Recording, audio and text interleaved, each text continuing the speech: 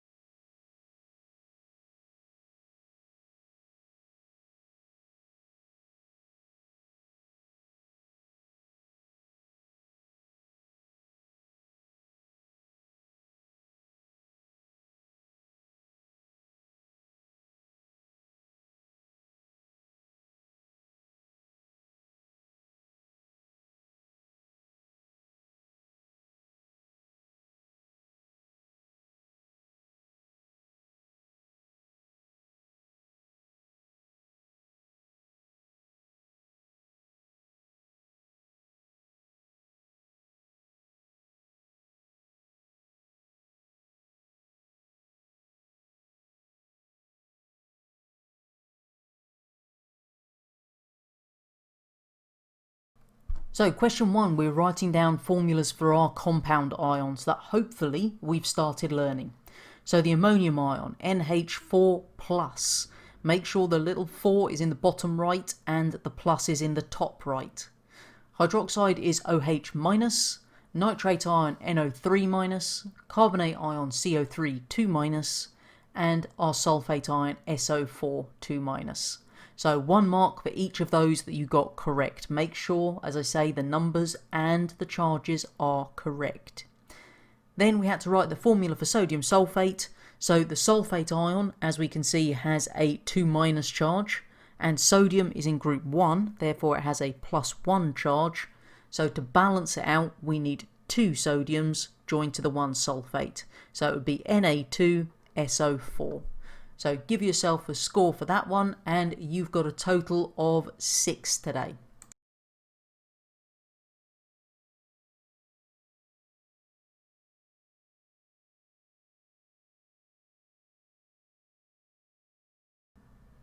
What I'd like you to do first of all then is write down in your books what happens when you burn paper. We'll use paper as an example because I put this in here after one of my old students thought it was a great idea to burn his books at the end of year 10. he forgot the fact the exams were coming at the end of year 11. Now, obviously in the moment, in the news, there's plenty of things being burnt that we could talk about. It all follows the same pattern. So what happens when we burn things?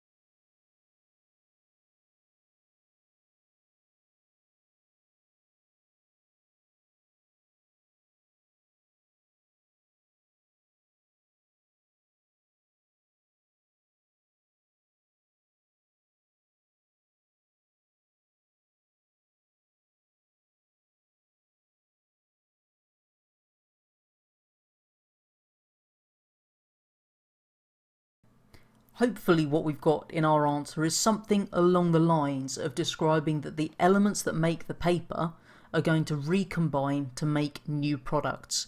You could have phrased that as the paper is then going to undergo a chemical reaction to make new products. You might have named some of them. You could have said it forms ash and soot and things like that. But as long as we've got the idea that the elements that make the paper are recombining to make new products, give yourself a tick.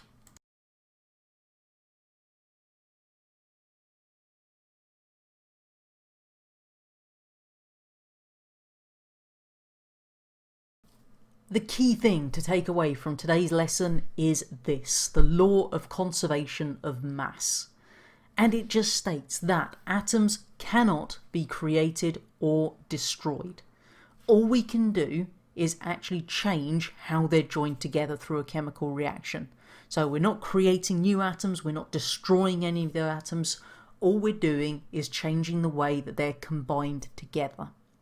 So what that tells us is that the total mass of all of our reactants must be the same as the total mass of all of the products. So write that down, stick it in a box, highlight it, make it stand out, because that is a very important point.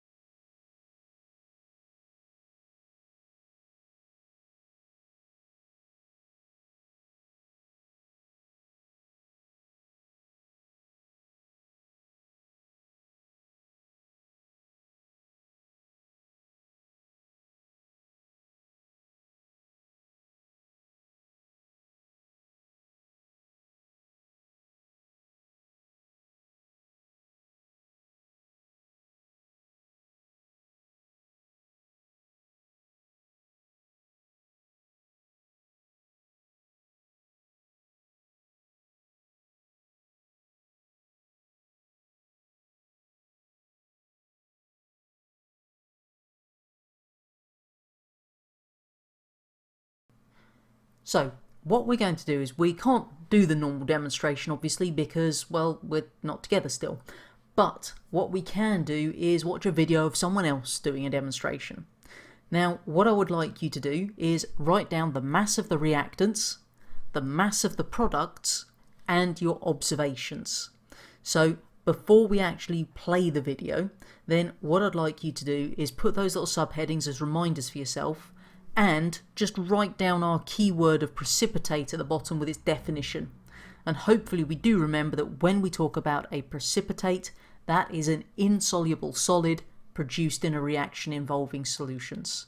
So I'll leave this up just for a couple of minutes so you can get that written down, and then we'll watch the demonstration so you can fill in the missing values and observation.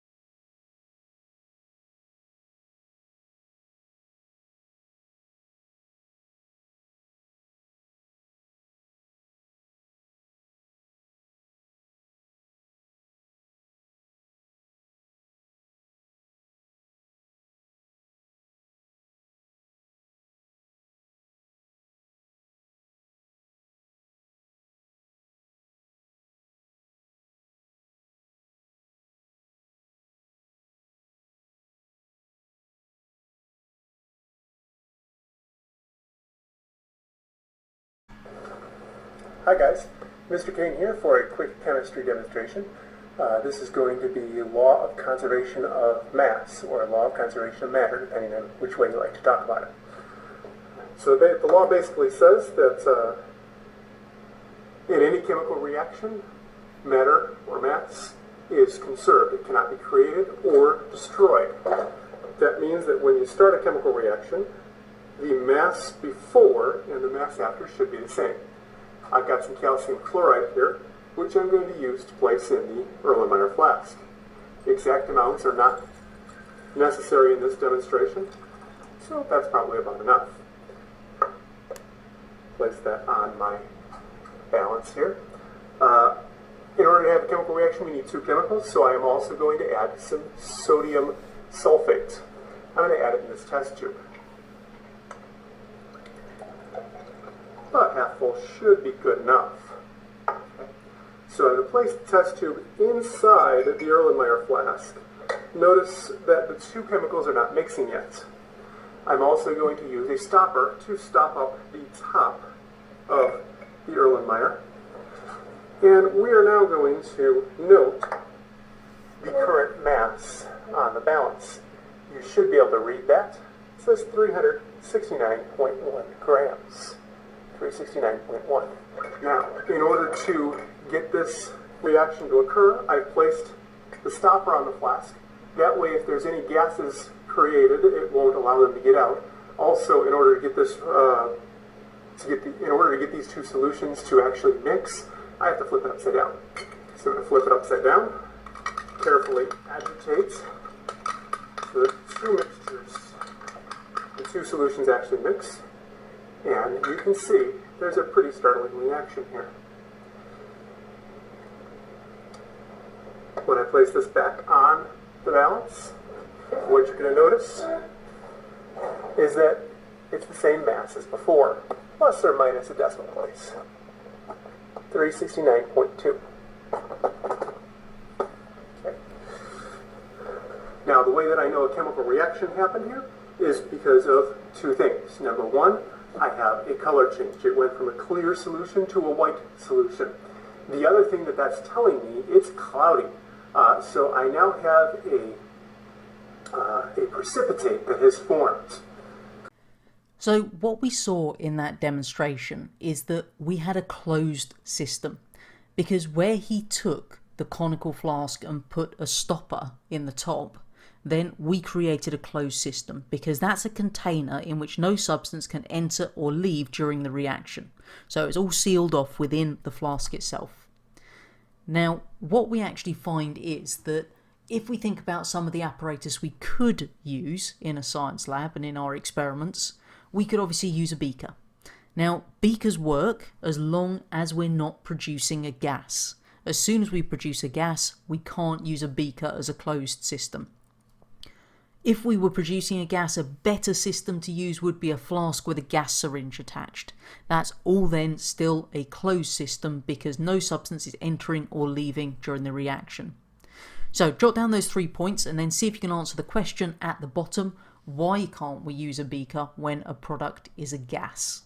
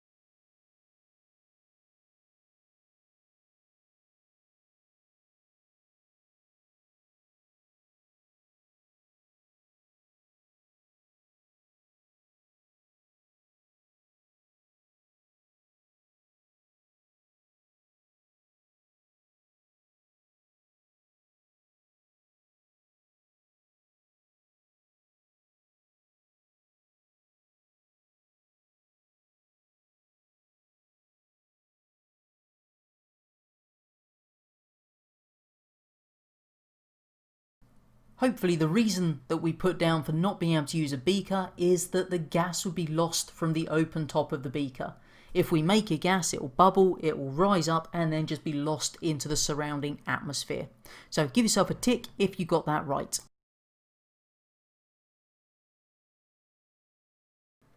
The opposite to our closed system is a non-enclosed or an open system. And this is one where substances can enter or leave the reaction mixture. So make sure you've got that point written in your books.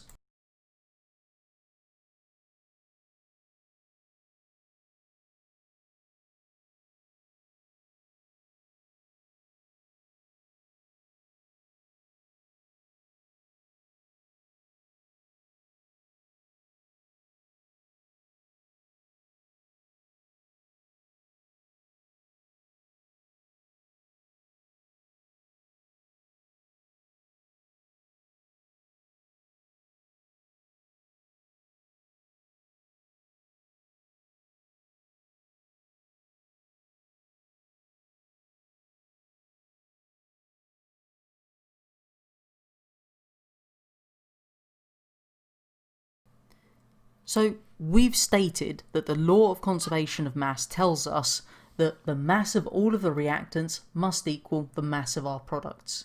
So with that in mind, have a go at answering this calculation question.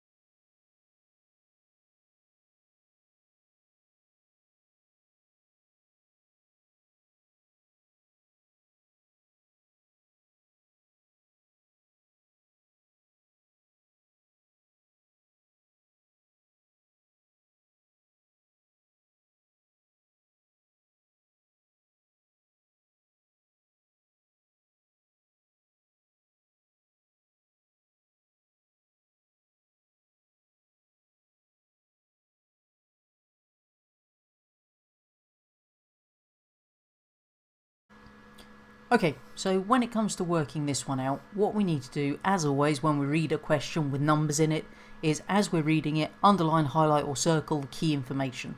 So we've got 2.4 grams of magnesium is heated in the air. 4 grams of magnesium oxide is formed, and we need to know what mass of oxygen was gained. So what we're actually going to be doing here is thinking about the reaction where magnesium reacts with oxygen to make magnesium oxide. So what we're actually going to find here then is that when we're doing this, we know how much magnesium we've got. So we know we started with 2.40 grams of magnesium, and we know we made 4 grams of magnesium oxide.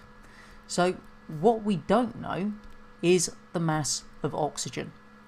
So all we need to do here is, if we know the mass of one reactant and we know the mass of the product, then all we need to do to work out the unknown is mass of the product, which is 4, minus the mass of the reactant we do know, so minus 2.4, and that gives us 1.60 grams. And that is going to be the mass of our oxygen. So we just need to make sure that whatever we've got on this side, ignore that scribble I just did over there, so whatever we've got on the left hand side, our total mass here must be the same as the total mass on the right hand side. Final thing for today then is the plenary. So those of you with target grades up to grade 5, it's the 2 columns on the left. Those of you with target grades over grade 5, 2 columns on the right. So I'm going to leave these up for about 3 minutes today, but as always, if you need longer, just hit pause on the video and take as long as you need to answer them properly.